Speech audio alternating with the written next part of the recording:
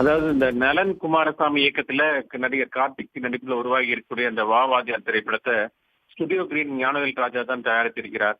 இந்த திரைப்படத்தை தான் வரும் டிசம்பர் 12ஆம் தேதி திரையரங்குகள்ல திரையிட படக்குழு திட்டமிட்டிருந்தது.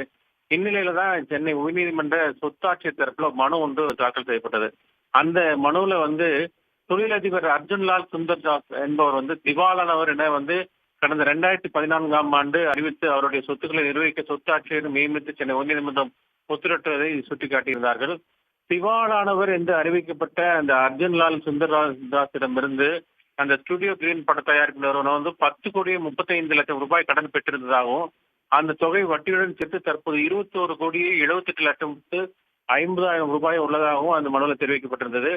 அந்த தொகையை செலுத்த ஞானவேல் ராஜாவுக்கு உத்தரவிட வேண்டும் என்றும் அவர் தயாரித்துள்ள வாவாதியார் திரைப்படம் வெளியிட இடைக்கால தடை விதிக்க வேண்டும் என்றும் படம் மூலம் கிடைக்கும் வருவாயை நீதிமன்றத்தில் தாக்கல் செய்ய உத்தரவிட வேண்டும் என்றுதான் அந்த சொத்து ஆட்சியர் அபிஷியல் அசீன் என்று சொல்லக்கூடிய அவர் இந்த மனுவில் கோரியிருந்தார். இந்த வழக்கை விசாரித்த சென்னை உயர்நீதிமன்றம் வாவாதியார் திரைப்படத்தை வெளியிட இடைக்கால தடை விதித்து உத்தரவிட்டிருந்தது. ஞானவேல் ராஜா எப்போது கடன் தொகை செலுத்துவார் என்பதும் பதிலுக்கு உத்தரவிட்டிருந்தது. இந்த நிலையில தான் வழக்கு இன்று நீதிபதி S.M. சுப்பிரமணியம், நீதிபதி சி. குமரப்பன் அந்த அமர்வுல மீண்டும் விசாரணைக்கு வந்தது. அப்போது அந்த சொத்தாட்சியர் சார்பில் ஆஜரான வழக்கறிஞர் நீதிமன்றம் பல முறை வாய்ப்பு அளித்தும் ஞானவேல் ராஜா கடனை திருப்பி செலுத்தவில்லை என கூறினார். எனவே அவர்களை சொத்துக்களை முடக்க வேண்டும் என்று வாதத்தை முன்வைத்தார்.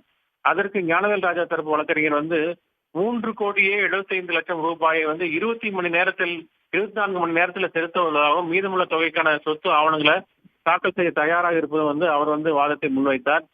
மேலும் வாவாதியார் படத்தை வெளியிட தடவித்தால் தங்களுக்கு ஈடு செய்ய முடியாத இழப்பு ஏற்படும் என்றும் அந்த வாதத்தின் போது அவர் குறிப்பிட்டார்.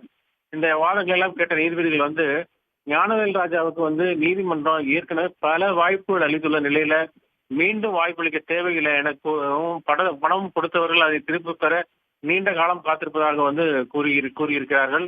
நீதிமன்றம் உத்தரவிட்ட பணத்தை திரும்ப செலுத்த ஞானவேல் ராஜா எந்தவித முயற்சி மேற்கொள்ளவில்லை என தெரிவித்த நீதிபதிகள் நீதிமன்றம் போதுமான கால அவகாசம் ஏற்கனவே அளித்து விட்டதாகவும் அதனை ஞானவேல் ராஜா தவறாக பயன்படுத்தியுள்ளதாகவும் சுட்டிக்காட்டியிருக்கிறார்கள்.